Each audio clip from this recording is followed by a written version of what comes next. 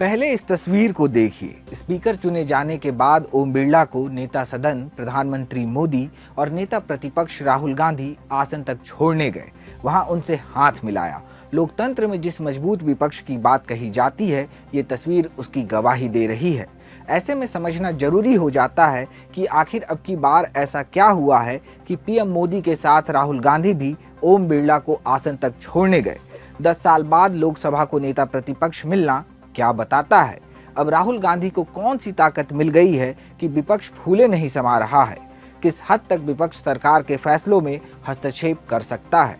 इन सभी सवालों के जवाब आपको बताएंगे, लेकिन उससे पहले एक अपील। अगर आप आरोप प्रत्यारोप से परे ठोस विमर्श वाली खबरें और वीडियो देखना चाहते हैं तो क्विंट का मेंबर बने। कैसे? वीडियो के डिस्क्रिप्शन में दिए लिंक पर क्लिक करें। सबसे पहले बताते हैं कि राहुल गांधी को क्या जिम्मेदारी मिली है। कांग्रेस सांसद राहुल गांधी लोकसभा में नेता प्रतिपक्ष होंगे। कांग्रेस अध्यक्ष मल्लिकार्जुन खड़गे के घर मंगलवार 25 जून को इंडिया ब्लॉक की बैठक में ये फैसला लिया गया। गांधी परिवार के तीसरे सदस्य हैं जो लोकसभा में विपक्ष के नेता का पद संभालेंगे। उनसे पहले सोनिया गांधी और राजीव गांधी विपक्ष के नेता रह चुके हैं। अब ये समझिए कि नेता प्रतिपक्ष होता कौन है। साल 1969 में भारतीय राष्ट्रीय कांग्रेस संगठन के राम सुभाग सिंह को पहली बार लोकसभा में विपक्ष के नेता के रूप में चुना गया। उनसे पहले तक नेता प्रतिपक्ष जैसा कोई पद नहीं होता था। इसके करीब 8 साल बाद विपक्ष के नेताओं के वेतन और भत्ते अधिनियम 1977 के जरिए इस पद को वैधानिक मान्यता मिली। हालांकि विपक्ष के नेता के पद का जिक्र संविधान में नहीं है, बल्कि संसदीय व्यवस्था में है। लोकसभा में नेता प्रतिपक्ष सबसे बड़ी विपक्षी पार्टी का नेता होता है। सदन के कामकाज में नेता प्रतिपक्ष की भूमिका अहम होती है। संसद में सभी विपक्षी दलों की आवाज बनने के साथ ही उसके पास अपनी शक्ति और विशेषाधिकार होते हैं। 1977 अधिनियम में विपक्ष के नेता की परिभाषा लोकसभा या राज्यसभा के उस सदस्य के रूप में की गई है जो उस समय उस सदन में सरकार के विपक्षी दल का नेता है, जिसकी संख्या सबसे अधिक और जिसे राज्यसभा के सभापति या लोकसभा के अध्यक्ष द्वारा मान्यता प्राप्त है। 2012 में संसद पर प्रकाशित एक आधिकारिक बुकलेट में कहा गया कि लोकसभा में विपक्ष के नेता को शैडो प्रधानमंत्री के रूप में माना जाता है, जो सरकार के इस्तीफा देने या विश्वास मत साबित नहीं करने पर एक शैडो मंत्रिमंडल के साथ कामकाज संभाल सके। अब समझिए कि ये पद इतना महत्वपूर्ण क्यों है।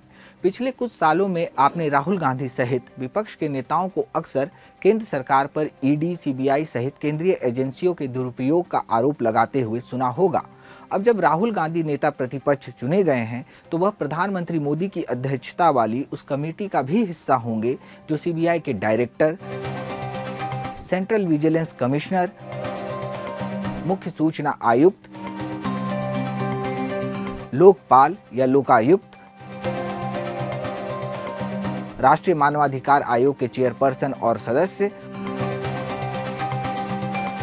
और भारतीय निर्वाचन आयोग के मुख्य चुनाव आयुक्त और चुनाव आयुक्तों की नियुक्ति करती है। अब इन सारी नियुक्तियों में राहुल गांधी नेता प्रतिपक्ष के तौर पर प्रधानमंत्री मोदी के साथ बैठेंगे। कमेटी के फैसलों में उनकी सहमति भी जरूरी होगी। इसके अलावा राहुल गांधी नेता प्रतिपक्ष के तौर पर सरकार के आर्थिक फैसलों की समीक्षा और उस पर अपनी टिप्पणी भी कर सकेंगे। राहुल गांधी उस लोक लेखा समिति के भी सदस्य होंगे जो सरकार के सारे खर्चों की जांच करती है और उनकी समीक्षा करने के बाद टिप्पणी भी करती है। इसके अलावा राहुल पब्लिक अंडरटेकिंग और एस्टीमेट पर बनाई गई कमेटी का भी हिस्सा होंगे। संसद की मुख्य समितियों में भी वो बतौर नेता प्रतिपक्ष शामिल होंगे।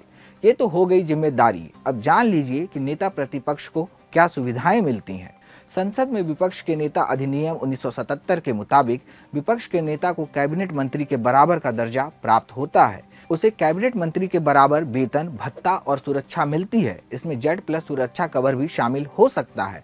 रिपोर्ट्स के मुताबिक राहुल गांधी को मासिक वेतन और दूसरे भत्तों के लिए 3,30,000 रुपए मिलेंगे, जो एक सांसद के वेतन से ज्यादा है।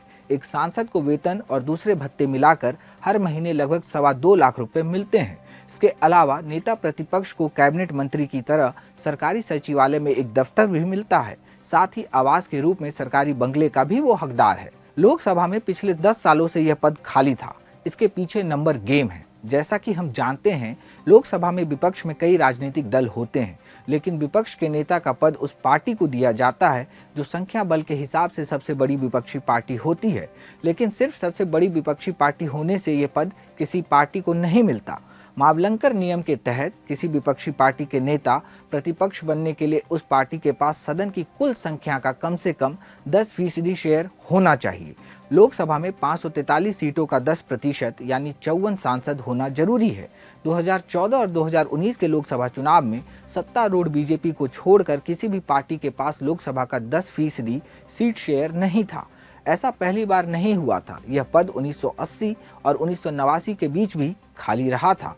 क्विंट हिंदी से बातचीत में लोकसभा के पूर्व महासचिव PDT आचार्य कहते हैं, आज़ादी के बाद लोकसभा के पहले स्पीकर GV मावलंकर के सामने सवाल आया कि किस पार्टी को विपक्षी पार्टी की मान्यता दी जाए।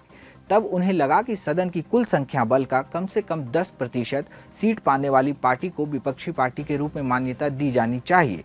वहीं 10% से कम सदस्य वाले को समूह कहा गया।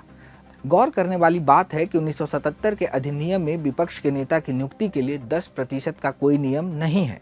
इस पर PDT आचार्य कहते हैं, 1977 के अधिनियम की परिभाषा में दो चीजें हैं। पहला, संख्या बल के हिसाब से जो सबसे बड़ी विपक्षी पार्टी होगी उससे कोई नेता प्रतिपक्ष बन सकता है। दूसरी बात है कि अध्यक्ष से मान्यता प्राप्त पार्टी और स्पीकर से किसी राजनीतिक दल को विपक्षी पार्टी के रूप में मान्यता के लिए 10% का आधार रखा गया है। ऐसे में ये 10% का नियम आया है। पिछले 2 चुनावों में कांग्रेस के पास लोकसभा का 10% सीट शेयर यानी 54 सीट नहीं थी। ऐसे में कांग्रेस सदन में विपक्ष के नेता के तौर पर अपनी दावेदारी पेश नहीं कर पाई थी। 2014 में लोकसभा में मल्लिकार्जुन खड़गे कांग्रेस संसदीय दल के नेता थे, लेकिन उन्हें नेता प्रतिपक्ष का दर्जा नहीं मिला था। 2019 में अधीर रंजन चौधरी लोकसभा में पार्टी के नेता थे, उन्हें भी विपक्ष के नेता का दर्जा प्राप्त नहीं था। हालांकि इस बार कांग्रेस 99 सीटों पर जीत दर्ज करने में कामयाब रही है। देश दुनिया की तमाम खबरों के लिए जुड़े रहिए क्विंट हिंदी के साथ।